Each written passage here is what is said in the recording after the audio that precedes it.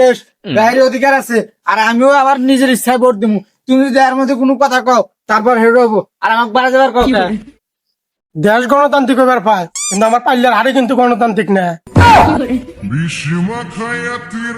আব্বা একটু কথা কইলা না এরকম কবিতা করলাম।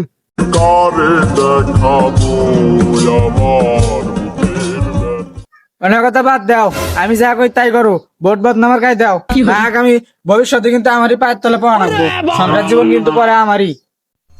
আমি তো তোর পায়ের তলে পড়বো না, জমি জমা যা আছে এক বেটি করে নামি দিয়া দেবো। আর যদি আমার পয়সা মার্কা না ভোট দিবার পারস তাহলে 100টা জমি জমা দেবো না। আর যদি দেশ তাহলে আলাদা দিবার পারি। কি কইলাও? সামান্য জমির জন্য আমার দল সাবার কও? আচ্ছা 80 বছর থেকে আমি এই বদনামার কাজ ভোট করি। তোর বয়সী না শনি শনি 8 দিন, তাও আবার শুক্রবার একদিন বন্ধ আছে। তুই আবার 80 বছর আর দল করিস কিভাবে করে? আর যাব না বেগুন তুলিতে।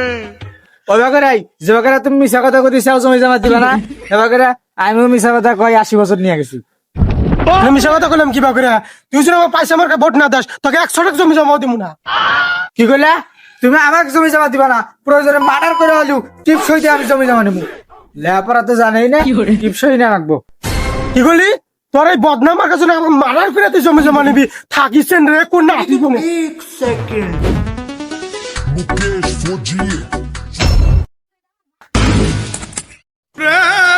না। নি জমি জমা নি, ও বলে আমাকে মার্ডার করে বলে জমি জমা নিবো আর বলে বদনাম মার্কার জন্য। আমার কথা না হলি করে এই বকে মার্ডার করে ফেলাম।